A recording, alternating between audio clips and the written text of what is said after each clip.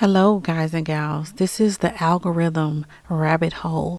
Hey, y'all. Hope y'all are having a great day so far. Shout out to the recent subscribers. I see y'all. Today, I'm jumping down the rabbit hole because I was recommended this video from TTV Black Media Network. It is nearly a 2-hour live of a throwback video girl, industry hotbox, Karrine Steffans. Before I get into this, trigger warning. I know times have changed, but I was around during her reign, and while things are different today with people exposing their exploits and so forth, especially with celebrities, that was not a thing back then. So if you are on some she can do what she want with her body type stuff, this video might trigger you. I agree, she can do whatever she want with her body, but it's a lot going on. So click off if you don't want to mess up your day, if that's gonna bother you, because hey. So who is Karrine Steffans? She is an infamous video vixen from the early 2000s who had appeared in videos such as Hey Poppy by Jay-Z, Danger by Mystical, Back to Front by Exhibit, Fatty Girl by LL Cool J, and Between Me and You by Ja Rule, to name some of them. In those times, video vixens were all the rage. People watched music videos not only for the artist, but also to see who was going to be in the video.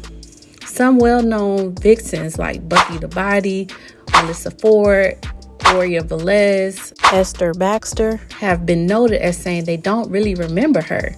She wasn't an actual standout. They also felt like she gave them a bad rep. Truth is, she did videos for less than a year, but became infamous through her sexual exploits and writing a book outing these exploits with well-known celebrities. Confessions of a Video Vixen came out in 2005, and she put it all out there. She audaciously dedicated the book to her son that she has with rapper Kool G Rap, who she was engaged to back in the 90s. I'm not gonna lie, I did read that book back in the day, and it was jaw-dropping. Remember, there was no social media at the time, so this was groundbreaking. In the book, she outlined who she messed with, who paid her bills, who played her, who she played, married men, men in relationships, the whole 9 yards. Over the years, she's been linked to all kinds of men, like Bobby Brown, Vin Diesel, Usher, Soulja Boy, Rotimi, Snoop Dogg, Young Bird, Trey Songz, Bow Wow, Chris Brown, Lil Wayne, LL Cool J, Bill Maher, even Chris Rock, Shaq, Young Buck, Russell Simmons, Dame Dash, Jay-Z, Ludacris, Busta Rhymes. Okay, too many. So you get the picture, right? She even married Darius McCrary, most notable for being Eddie Winslow in Family Matters, and Columbus Short, who was in a ton of movies like Stomp the Yard, Cadillac Records, and the True to the Game series. Now, when this book came out in 2005, she got a lot of backlash. Like I said, people weren't outing people like this back then. Men and women alike were going in on her. How dare she tell these guys business like this? She even went on Oprah and Tyra Banks talking about it. I'm not ashamed. And a lot of us spend our lives being ashamed of who we are and what we've done and are afraid to share that with our children. It doesn't bother me that you're not ashamed. I admire the fact that you're not ashamed. I think what bothers me is that I think you are a very smart woman. You're very articulate. And I think you do know exactly what you did. And you knew that naming names would be the thing that makes the press, because you were attracted to that. You're attracted to names. You're attracted to celebrity. And I think you do understand that naming these names means that you know, this is going to get attention. Okay. And I want you to be honest and sit here and be honest with me. Well, you know what? I just wrote the book, and my publisher made that decision. Initially, the book had no names in it, and there are a lot of things that have been taken out. But the publisher can only make the decision of what you agree with. How mad were you at those rappers that didn't support you? Not mad at all, because I went back to them. Tyra wasn't having it. Tyra used to date basketball player Chris Webber, and Karrine was said to have allegedly messed with him too. So I think that's where some of the smoke was coming from. Some of these celebrities denied dealing with her, while some took it on the chin. They admitted it and kept it moving. She was dubbed Superhead. I'm gonna leave that name right there. You get it. Anyway, Superhead is back, and she hasn't lost her groove. Here I am thinking she would have changed her ways by now, but nope, she's still on that tip.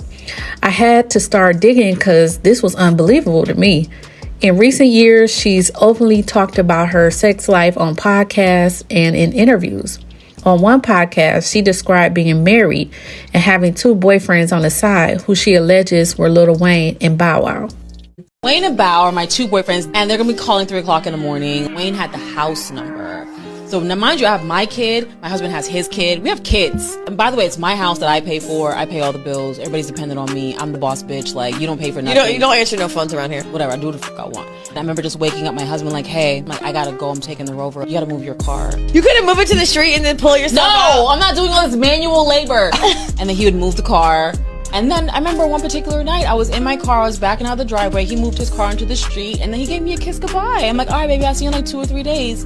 Not 2 or 3 days. Yes. And then I'd be gone for 2 or 3 days. And then I would go home to my husband. And he would have my dinner waiting. My bath water ran. I want to be like Elizabeth when I grow up. And then like a glass of wine. Like, welcome home, honey. Did you have fun? Yes. What I noticed over the years is that her conquests were getting younger and younger. If you are of a certain age, you knew who she was. If you had any sense, you knew what dealing with her could bring. But if you're a young man, maybe you don't know who she is. Maybe you don't know about her past. Maybe you don't know everybody in the industry has been there and done that. Or maybe you did and you just like playing with fire. When social media did become a tool in her arsenal, she upped the ante. And Bobby Brown is asleep on my sofa. You don't believe me, huh? Okay, come with me, but be very, very quiet.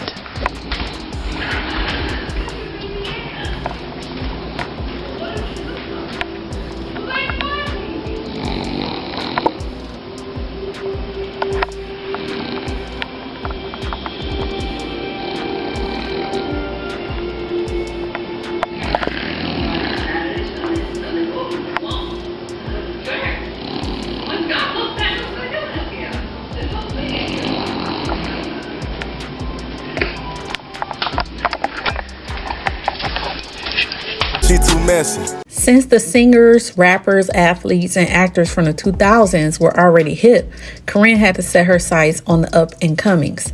At first glance, you see a beautiful older woman who has been described as very articulate and down to earth. I'm guessing they're like, why not? Not knowing what's really going on. On another podcast, she described an experience with Trey Songz, who was at the time a young artist. Things got even more interesting when she said she had relations with Michael B. Jordan when he was 18, and then Chris Brown. She is quoted as saying, "I had Chris when he was 18. I hope he was 18." Quote. The woman who put the hottest names in Hollywood on blast is doing it again, but this time she has another round of men that she's sinking her teeth into. In 2015, 37-year-old Karrine claimed to have been pregnant by 26-year-old Rotimi, but experienced a miscarriage. She posted a picture of Martin Luther King on Instagram with the caption, "I've never in my life seen a man not ache over the loss of his own child until," and then she added Rotimi music. "I've never seen a man go on vacation while the mother of his dead child hurt so badly, or sing knowing he had a hand in stifling the breath of his own." She wrote much more, but I'm not about to read that long ass dissertation out loud. She basically went into blaming him for the miscarriage, talking about her depression, and asked for prayers. Rotimi came back real unbothered, and he put up an IG clip and said, "Work don't stop." Can't stop, won't stop. Now, don't get me wrong. She can't make any of these dudes do anything they don't want to do. They are just as culpable in this foolery. I'm not minimizing her depression or her fractured mental state. The theme, though, is that she is a grown woman doing the same thing over and over and expecting different results. Though now, she is setting her sights on men much younger than she is. Let's just be honest, if it had been a man doing this, which I'm sure there have been, people will be up in arms. In 2020, now she's 41 years old, she appeared on the Jasmine brand, and she's told her how she was allegedly pregnant by Everett Taylor, who is a serial entrepreneur and public speaker. He is the founder and CEO of ET Enterprises, which includes the marketing firm Millie Sense, social media software company Pop Social, Art Noir, and Growth Hackers. Her announcement apparently shocked the hell out of Everett and sent him over the edge. Their apparent private relationship had been put on blast, and shortly after the interview went viral, a suicide note appeared on his Instagram account. Although it was not directly linked to Karrine by name, media speculated that the evil he was referring to was in fact Superhead herself. Thankfully, help made it to him in time and he was taken to a hospital. She is now saying that she had a late-term abortion as a result and blames him for this. Okay, so we're in 2023 and a new young man wants Superhead to keep his name out her mouth. Karrine, who now goes by Elizabeth Ovison, announced she was pregnant with celebrity chef and restaurateur Kwame Onwuachi's baby. Then, a few days later, she blasted him online after he was seen on a date with another woman. It all started after Kwame shared video on Instagram of himself on the Jumbotron at the Barclays with his date in their courtside seats at the Brooklyn Nets game. This enraged Karrine and sent her on a posting tirade. Shortly after she made these posts, Kwame's legal team hit her with a cease and desist letter. They suggested that he may not be the father of her child and asked for a DNA test and proof that she was actually in fact pregnant. Karrine is now 44 years old. She couldn't find an F to give about that cease and desist letter. Hello? Yeah, could you forward me to the fuss giving department? Hey, how are you? Do you guys have any fuss? Because I can't seem to find any. And went on live for nearly 2 hours to let everybody know. She continued to blast Kwame and called him out for being unsupportive during her difficult pregnancy. She says she knows her rights and will not be shut down by lawyers or laymen because she is confident that Kwame is the father. So, Steffans says she will continue to call him out and detail her pregnancy journey on her platform. A few things stood out to me.